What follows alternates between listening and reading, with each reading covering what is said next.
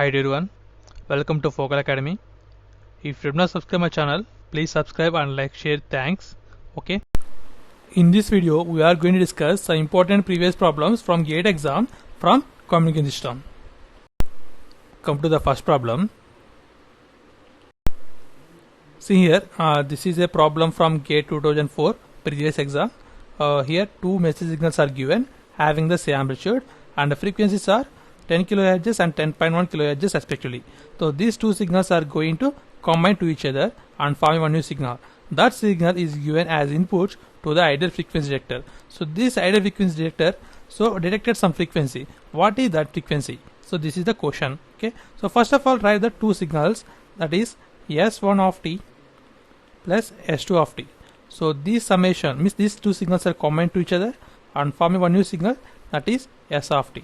So it can be written as with amplitude A into cos of 2 phi f1 of t. So f1 of t means first signal frequency is 10 kHz. So that is 10 into 10 cube t. So for second signal with amplitude A and with frequency 10.1 kHz. Okay. So these are the two signals are there. Okay. Are going to combine to each other and forming one new signal. Okay. Now what is the frequency for the signal? So before going to find the frequency of the signal, so first of all find the time period for the first signal. So that is t1 is equal to 1 by f1. So here f1 is 10 cube. 10 means 10 kHz. So that is 1 by 10 into 10 cube. It equal to 100 microseconds. So for this signal, time 2 is equal to 1 by f2. So that is here f2 is given as 10.1 kHz. Then it becomes 99 microseconds. Okay. So this is the time 1 and this is the time 2. So when you observe that time 1 by time 2, so it is a rational number. So we can say that the S of t is a periodic signal with a time period t is equal to LCM of t1 comma t2. So by applying the LCM for these two time periods, then we get 9900 microseconds. So this is the total time period for the signal S of t. So for the S of t, the frequency is nothing but f is equal to 1 by total time period. That is, so here take the 9900, it is very near to 10,000. Okay, 10,000 microseconds. So for easy simplification, okay, so then it becomes 1 by 10,000 microseconds. So by simplifying this, we get 0.1 kilohertz. So this is the frequency having the signal by S of t. So this frequency was detected by the ideal frequency detector. So from the options, option A is the correct option. Come to the next problem. See here, this is from GATE 2004 previous problem.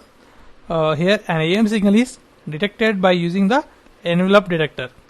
The carrier frequency and modulating frequency are given as 1 MHz and 2 kHz respectively, and appropriate value of the time constant of the envelope detector is. So envelope detector is also called as direct detector. So this is the envelope detector circuit. So here AM signal is given as input to the envelope detector circuit or diode detector circuit. So at the output we will get the M of t, that is message signal.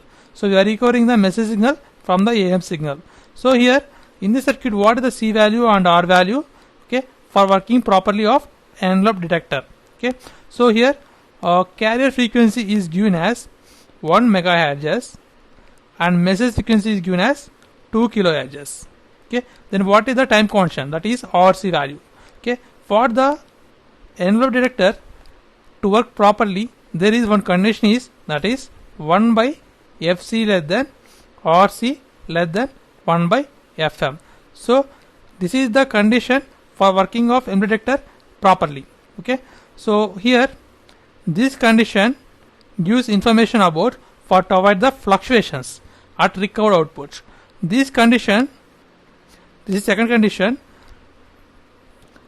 it defines avoid of diagonal clipping of the information.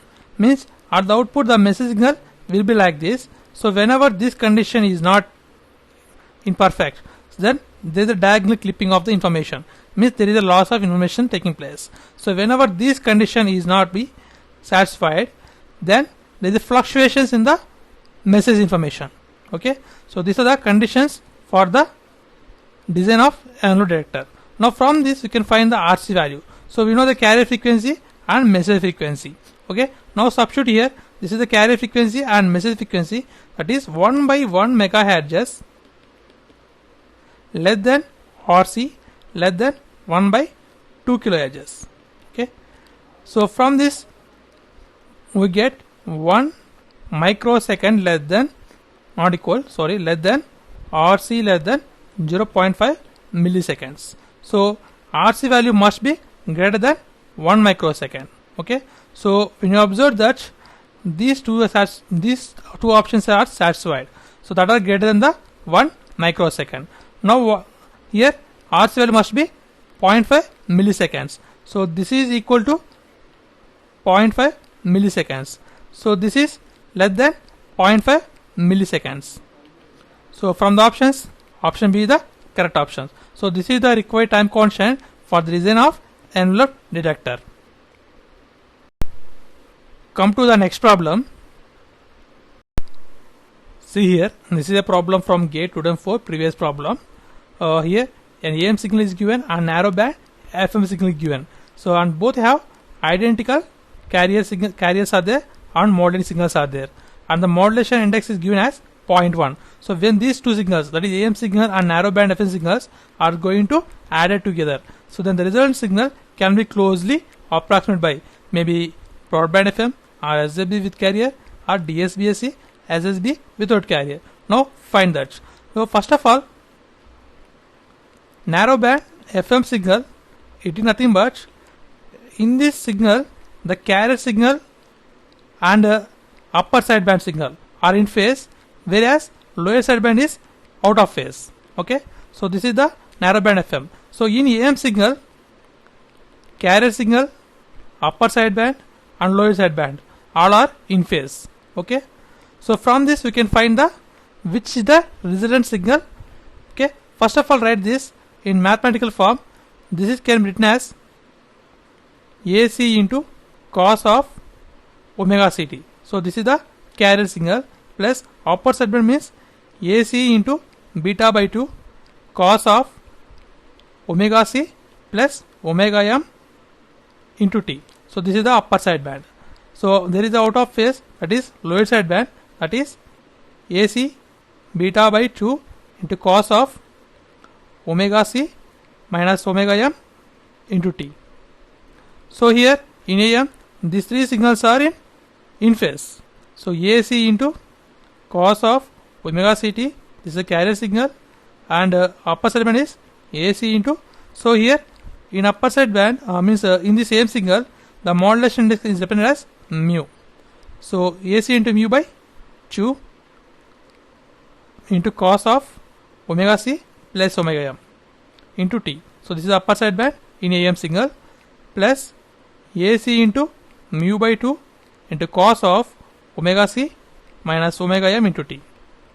So this is the lower sideband signal. So in the same signals, these three signals are in phase. So in this narrowband FM, carrier and upper sideband in phase, and out of phase is lower sideband. Now what is the resultant signal means by adding this? So these will be going to cancel. Why means here in this problem modulation index is given as 0.1 for both signals, that is mu is equal to beta is equal to 0.1. Okay, now this will going to cancel to each other. Now the resultant is carrier signal and here upper sideband signal. From this we can define this. So here one sideband is there with carrier, means single sideband with carrier signal will be the resultant signal whenever narrowband FM will be combined with AM signal for the given data. So from the options, option B is the correct option. Thanks for watching. Please subscribe my channel. Don't forget to hit like the video. Thank you.